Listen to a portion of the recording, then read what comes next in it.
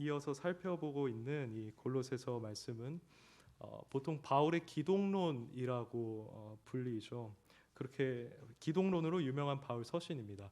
근데 우리가 이렇게 바울의 기독론이라고 말은 하지만 사실 바울은 하나님의 영감을 받아서 이 성경을 쓴 것이기 때문에 바울이 말한 기독론은 우리에게 있어서 그리스도에 대한 참된 진리라고 말을 할 수가 있을 것입니다. 그래서 실제로 지난 시간에 저희는 15절부터 17절까지의 말씀을 살펴보면서 그리스도가 어떠한 분이신지에 대해서 더 알아가는 시간을 가졌었죠. 이 말씀에 따르면 그리스도는 하나님과 동등한 분이셨고 만물이 있기도 전에 존재하셨으며 만물을 창조하셨고 만물을 유지하고 계신 분이시며 온 만물의 목적 그 자체가 되는 분이라고 했습니다. 그런 점에서 보면은 예수 그리스도가 만물의 으뜸이시다라고 우리가 얼마든지 얘기를 할 수가 있겠죠. 근데 우리는 이렇게 그리스도가 으뜸이시라는 사실에 대해서 조금 다른 각도에서 살펴볼 필요가 있습니다. 왜냐하면 오늘 우리가 읽은 이 본문이 그리스도가 다양한 방면에서, 그러니까 이 만물을 창조하시고 다스리시는 영역뿐만 아니라 그 외에 다른 영역에서도 으뜸이 되신다는 사실을 알려주고 있기 때문입니다. 본문은 그것을 총 세 가지 정도로 얘기를 하고 있는데요. 첫 번째는 다음과 같습니다. 그것은 곧 예수 그리스도께서는 기존의 창조, 기존의 생명의 영역이 아닌 부활이라고 하는 그 새 창조의 영역에서도 으뜸이 되신다는 것입니다. 관련해서 18절을 한번 읽어보겠습니다. 그는 몸인 교회 머리시라. 그가 근본이시요 죽은 자들 가운데서 먼저 나신 이시니 이는 친히 만물의 으뜸이 되려 하심이요라고 얘기를 합니다. 이 말씀을 이해하기 위해서 우리는 먼저 이 근본이시요라는 말에 주목할 필요가 있습니다. 여기서 근본으로 번역된 원래의 단어는 시작 또는 원인이라는 뜻을 가지고 있습니다. 그래서 이 말을 조금 더 다르게 번역을 하면 그는 시작이시요라고 할 수 있겠죠. 그럼 그분이 무엇에 있어서 시작이셨는가라고 했을 때 그것은 다름 아닌 그리스도의 부활과 관련된 시작이라고 말을 할 수가 있습니다. 왜냐하면 바로 이어서 나오는 구절에 죽은 자들 가운데서 먼저 나신 이시니라고 하면서 그분의 부활을 언급하고 있기 때문이죠. 실제로 그렇습니다. 예수님께서는 부활의 시작이 되셨습니다. 십자가에서 죽으신 지 사흘 만에 살아나셨죠. 물론 공생의 사역 가운데서 나사로가 다시 살아나는 사건이 있기는 했지만 그것은 사실 완전한 부활은 아니었습니다. 나사로가 나중에 어떻게 되었는지 성경이 얘기하고 있지는 않지만 그는 우리가 지금 고대하고 있는 그 새 몸을 입고 부활했을 것이라고 보기에는 어려움이 있습니다.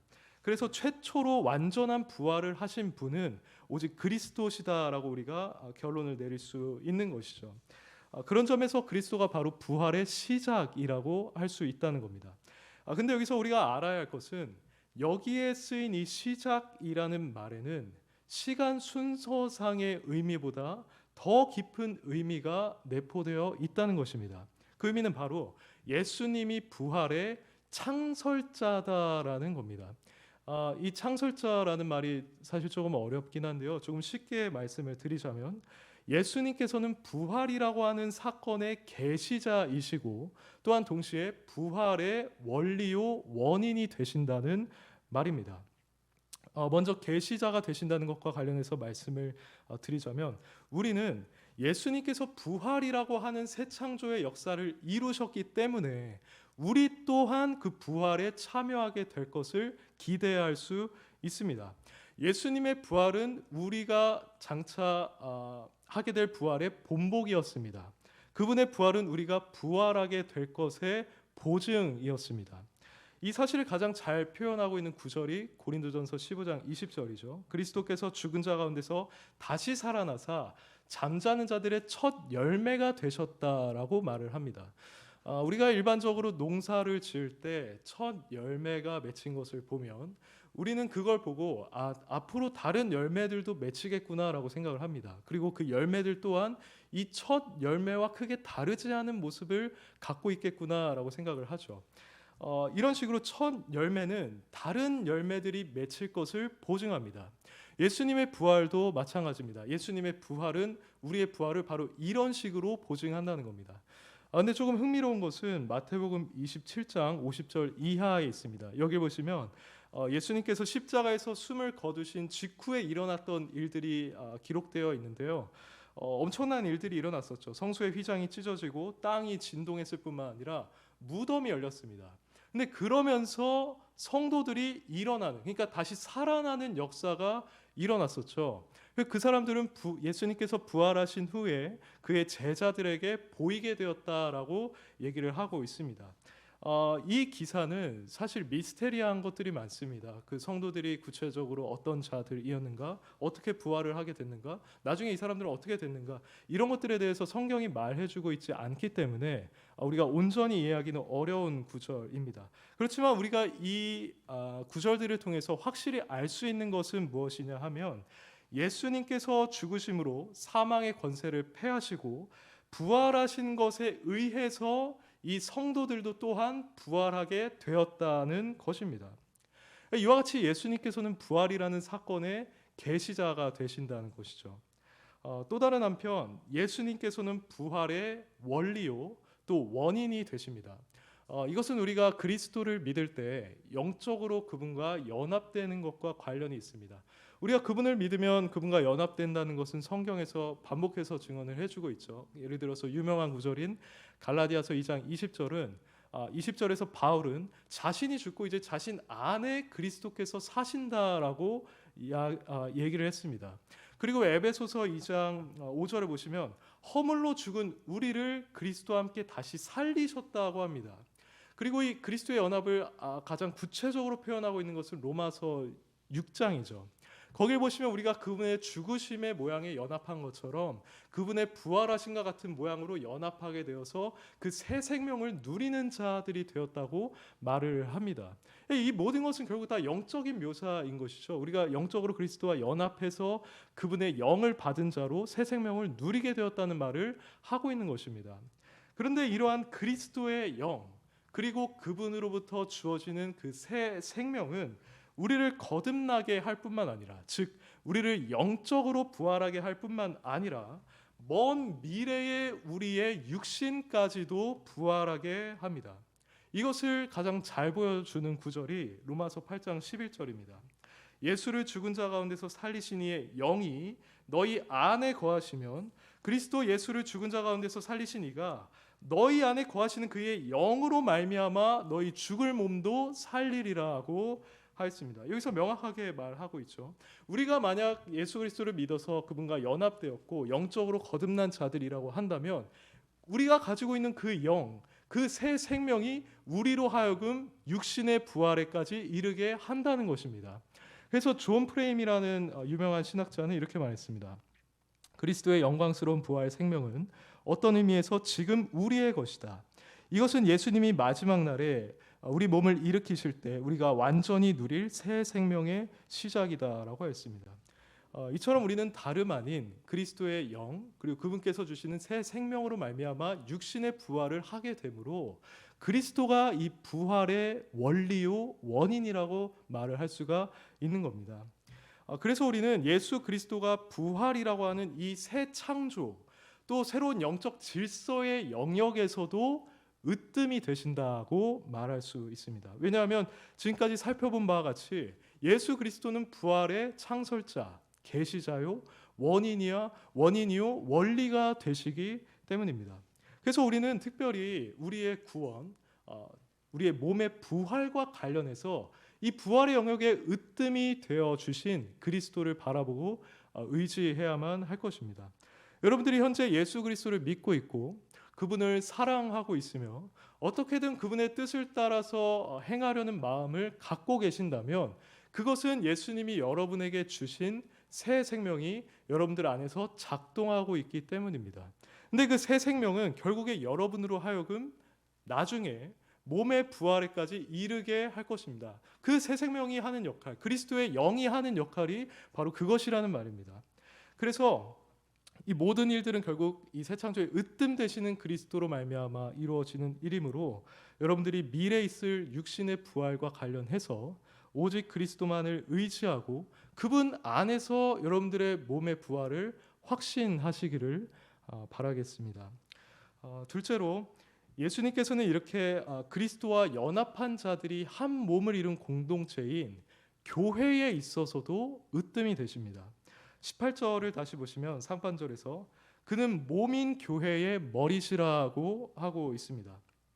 예수님께서 교회 머리가 되신다는 이 문장은 교회가 그분의 몸이라는 사실을 전제로 합니다. 성경 곳곳에서 이걸 자주 말해주고 있죠. 에베소서 1장 23절에서는 교회는 그의 몸이니라고 했습니다. 그리고 고린도전서 12장에서 바울은 우리가 다 한 성령으로 세례를 받아 한 몸이 되었고라고 했고 너희는 그리스도의 몸이요 지체의 각 부분이라고 하였습니다. 지금도 한 교회로서 이 자리에 모여 있는 우리는 이러한 우리의 정체성을 기억해야만 합니다. 우리가 예수님을 믿고 거듭나게 될 때 우리는 영적으로 예수님과도 연합을 하게 되지만 동시에 그분을 믿는 다른 지체들과도 신비로운 연합을 하게 됩니다. 이것은 성령님으로 말미암아 이루어진 신적인 연합인 것이죠. 그래서 인간적인 관점에서 봤을 때 사실 우리 주변에 있는 다른 성도들이 자신과 크게 상관이 없는 사람이라고 할지라도 성령님의 관점 그리고 이 성경의 관점에서 봤을 때는 그 누구보다 긴밀한 관계를 맺고 있는 것입니다. 그래서 우리는 이런 우리의 정체성을 기억하면서 다른 이들을 바라볼 수 있어야만 하겠죠. 예수님께서는 이처럼 자기 백성을 한 몸으로 부르시기를 기뻐하셨습니다. 그리고 나서 자신이 스스로 그 몸의 머리가 되어 주셨습니다. 일반적으로 고대 세계에서 육신의 머리라는 것은 몸을 지배하고 또 몸의 생명과 영양을 공급하는 지체로 여겨졌다고 합니다. 실제로 의학적인 연구를 따르면 우리 몸에 있는 모든 부분들이 신경에 의해서 또는 중추신경계에 의해서 힘을 공급받고 움직이게 된다고 합니다. 우리 모든 근육이 다 그런 원리로 움직인다고 말을 해요. 근데 흥미로운 것은 이런 모든 신경 다발들이 결국에는 두뇌에 연결이 되어 있다고 합니다.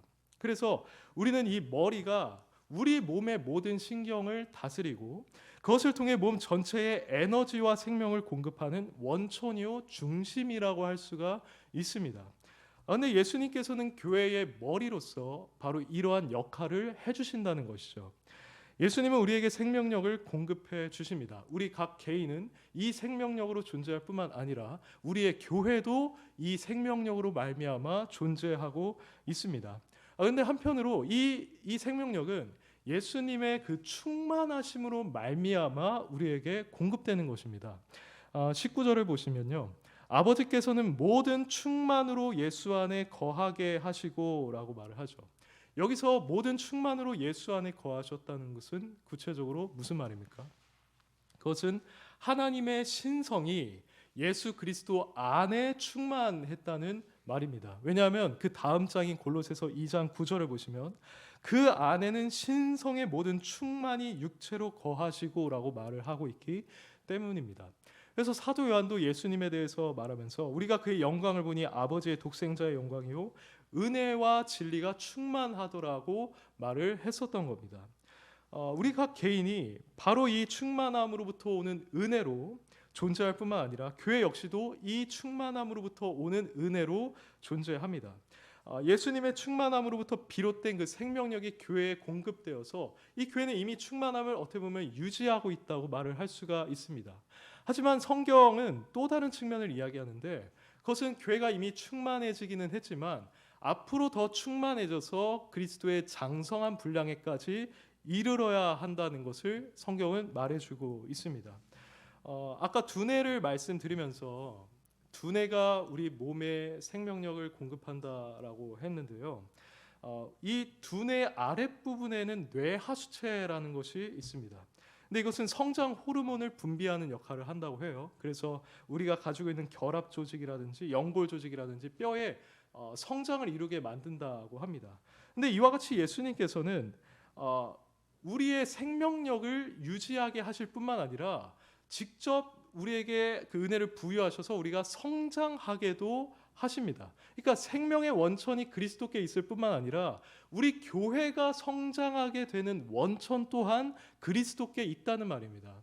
이것 또한 골로새서 말씀에 잘 나와 있습니다. 2장 19절을 보시면요. 온몸이 머리로 말미암아 마디와 힘줄로 공급함을 받고 연합하여 하나님이 자라게 하심으로 자라느니라고 하였습니다. 그리고 비슷한 구절인 에베소서 4장 16절에서는 그에게서 온몸이 각 마디를 통하여 도움을 받음으로 연결되고 결합되어 각 지체의 분량대로 역사하여 그 몸을 자라게 하며 사랑 안에서 스스로 세우느니라고 합니다. 자, 이 두 구절을 보면 우리는 교회가 어떻게 성장할 수 있는지 그 비결을 알게 됩니다. 첫 번째는 각 지체가 자신에게 주어진 은사를 따라서 고유한 역할을 성실하게 수행하는 것입니다. 그리고 두 번째는 그 지체들이 자신들의 역할을 성실하게 수행하는 가운데 사랑 안에서 긴밀한 연합을 이루는 것입니다. 근데 이 두 말씀을 고려했을 때 이렇게 각 지체가 자신의 역할을 수행을 하고 하나로 연합되는 것은 오직 그리스도를 통해서만 이루어지는 일입니다. 왜냐하면 그분이 머리로서 이 일을 감당할 능력을 부어주시고 그들이 서로 하나가 되게 만들어주시기 때문이죠. 그래서 골로새서에서는 머리로 말미암아 마디와 힘줄로 공급함을 받고 연합한다라고 했었던 것이고, 에베소서 말씀 역시 머리 대신 그리스도를 가리키면서 그에게서 온 몸이 각 마디를 통하여 도움을 받음으로 연결되고 결합되어 각 지체의 분량대로 역사한다라고 했습니다. 그러니까 오직 머리 대신 그리스도를 통해서만 각 지체가 주어진 일을 수행하고 사랑 안에서 연합함으로써 실제적인 성장을 이루어갈 수 있다는 말입니다. 그래서 우리는 교회의 성장의 원천 역시도 머리 대신 그리스도께 있다고 보아야 하는 것이죠. 이것이 우리에게 시사하는 바는 결국에 예수 그리스도께 교회는 전적으로 의존하고 있다는 것입니다. 왜냐하면 그분이 교회의 생명과 성장의 원천이요 근원이 되시기 때문이죠. 그래서 몸인 교회는 이 머리를 전적으로 의존해야 하고 마치 우리가 머리가 없으면 몸이 아무것도 되지 않는 것처럼 우리 교회가 그리스도를 떠나서는 우리 교회 역시도 생명력을 상실할 것이며 성장조차 하지 못하게 될 것입니다. 이런 이유에서 우리는 그리스도가 이 교회의 영역에서도 으뜸이심을 고백해야만 하는 것입니다. 우리가 교회로서 다른 것에 으뜸됨을 부여하면 우리는 교회로서 바로 서지 못할 것입니다. 교황은 우리의 머리가 될 수가 없고 우리의 으뜸됨이 될 수가 없습니다. 또는 우리의 인간적인 노력이나 또는 획기적인 프로그램이 우리의 으뜸이나 우리의 머리가 될 수 없습니다. 우리의 유일한 머리와 으뜸은 오직 그리스도이신 겁니다. 그러므로 우리 교회가 지금 이 생명력을 유지하고 진정한 성장을 경험하기 위해서는 오직 우리의 머리 대신 그리스도만을 의지해야 합니다. 그분께 우리는 기도해야 하고요. 그분의 말씀에 우리는 복종해야 하고요. 우리가 나누는 모든 교제의 중심에는 그리스도가 거하고 계셔야만 합니다. 그렇게 할 때 교회의 머리 대신 그리스도께서는 마치 머리가 신경에 힘들을 공급해 주듯이 우리 각 지체에게 우리에게 맡겨진 일들을 감당할 수 있는 능력들을 부어 주실 겁니다. 그리고 우리가 진정 주님 안에서 하나 되게 만들어 주실 것입니다.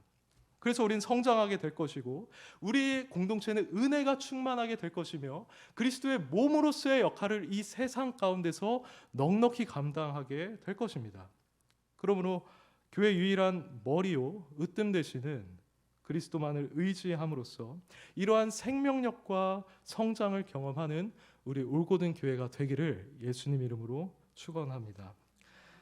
마지막으로 예수님께서는 제가 지금까지 두 가지를 말씀드렸습니다. 예수님은 부활의 영역에서도 으뜸이 되시고 또한 교회에 있어서도 으뜸이 되신다고 했는데요. 마지막은 장차 도래할 새 하늘과 새 땅에 있어서도 그분이 으뜸이 되신다는 겁니다.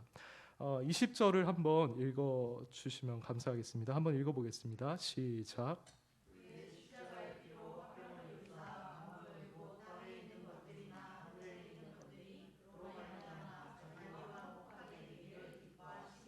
네, 이 말씀을 보시면 하나님께서 예수님으로 말미암아 땅에 있는 또 하늘에 있는 모든 만물이 자신과 화목하게 되기를 기뻐하셨다고 말하고 있습니다. 그리고 상반절을 보시면 그것이 예수님께서 십자가에서 흘리신 피로 말미암아 이루어진 사건이라고 하고 있죠.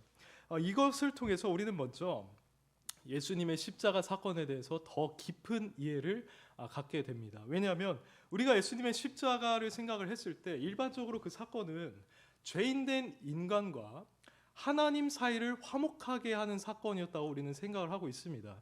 그래서 고린도후서 5장 20절을 보시면 바울은 고린도 교인들에게 너희는 하나님과 화목하라고 하면서 그 앞에 선행된 일로 예수님의 십자가 사건을 언급하고 있지요. 그리고 다른 본문들을 봐도 예수님은 우리 죄인들을 구원하기 위한 화목제물이셨다고 말을 하고 있습니다. 하지만 우리가 방금 읽은 이 20절 말씀에 따르면 예수님께서는 온 만물 또한 하나님과 화목을 이룰 수 있도록 하기 위해서 십자가에서 피를 흘리셨습니다. 그렇다면 만물이 하나님과 화목을 이룬다는 것은 정확하게 무슨 뜻일까요? 우리가 이 말을 이해하기 위해서는 먼저 현재 이 만물이 어떤 상태에 있는지를 알아야만 합니다. 우리는 이 세상을 바라보면서 종종 아름답다고 느낄 수 있습니다. 특별히 최근에 생명력이 아주 만발하는 꽃이 피는 이 봄날에는 더욱더 그러하죠. 하지만 성경은 이 세상을 마냥 아름다운 곳으로 그렇게 긍정적인 관점으로 바라보고 있지 않습니다. 로마서 8장 19절 이하에 있는 말씀을 제가 한번 읽어드리겠습니다. 피조물이 허무한데 굴복하는 것은 자기 뜻이 아니요 오직 굴복하게 하시는 이로 말미암음이라. 그 바라는 것은 피조물도 썩어짐의 종노릇한 데서 해방되어 하나님의 자녀들의 영광의 자유에 이르는 것이니라. 피조물이 다 이제까지 함께 탄식하며 함께 고통을 겪고 있는 것을 우리가 아느니라고 합니다. 여기서 피조물 곧 온 세상 만물은 허무한데 굴복하고 있다고 합니다. 그리고 썩어짐의 종노릇하고 있다라고 하고요. 탄식하며 고통 가운데 있다라고 얘기를 하고 있습니다. 이러한 표현들은 이 세상에 있는 만물들이 현재 무질서와 불완전과 악의 지배 가운데 있다는 사실을 보여주고 있습니다. 실제로 그렇습니다. 이 세상에는 자연재해가 계속해서 발생하고 있죠. 지진이나 홍수나 허리케인 등과 같은 일들이 계속 일어나고 있습니다. 그리고 최근에 우리가 겪은 코로나 바이러스 같은 질병이나 바이러스가 인류의 생명을 계속 위협하고 있죠. 그리고 이 자연에는 항상 부패와 죽음의 요소가 스며들어 있습니다. 우리가 최근에 봤던 꽃도 벌써 다 떨어지고 시들지 않았습니까? 그리고 동물과 곤충들은 서로를 죽이면서 자신들의 어떤 생명을 유지해 나가고 있습니다. 근데 과연 이것들은 하나님께서 이 세상을 처음 만드셨을 때 그 모습에 부합하는 것들일까요? 그렇지 않겠죠. 이것은 죄의 결과이고 저주의 결과입니다. 창세기 3장을 보시면 우리가 잘 알고 있는 아담과 하와의 타락 사건이 등장을 합니다. 그때 하나님께서는 이들에게 너희가 선악과를 따먹지 말라고 분명하게 금하는 명령을 내리셨었는데 이들이 마귀의 유혹을 받아서 선악과를 먹게 되었고 그 순간 죄가 들어오고 그들은 타락하게 되었죠. 근데 이들은 우리가 알고 있다시피 온 인류를 대표하고 있는 자들이었습니다. 그래서 그 죄의 영향을 우리가 받게 된 것이죠. 근데 한편으로 이들은 피조물들의 주인공으로서 우리 인류뿐만 아니라 온 세상에 있는 그 피조물들과도 관계를 맺고 있는 존재들이었습니다. 그러다 보니까 이들이 타락하게 되었을 때 인간만 타락한 것이 아니라 그들에게 속해 있었던, 그들과 긴밀한 관계를 맺고 있었던 온 세상의 피조물까지도 다 타락하게 되었던 것이죠. 이걸 가장 상징적으로 보여주는 것이 바로 가시덤불과 엉겅퀴입니다.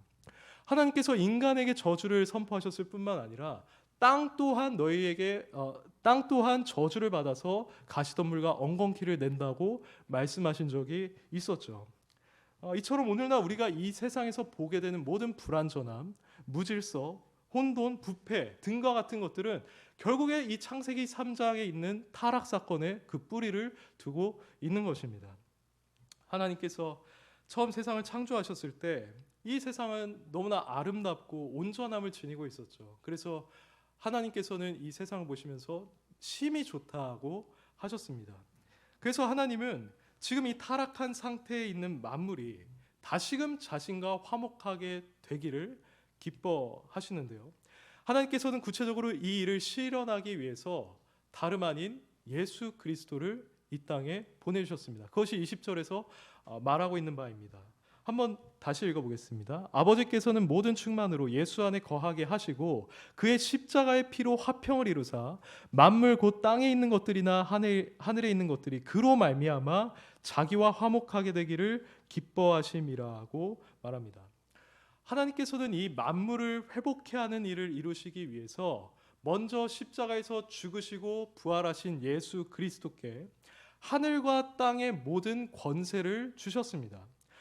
에베소서 말씀에 따르면 하나님께서는 이 예수 그리스도를, 승천하신 그리스도를 자신의 우편에 앉히사 이 세상뿐 아니라 오는 세상에 일컫는 모든 이름 위에 뛰어나게 하셨고 모든 만물이 그분 앞에 복종하게 하셨죠.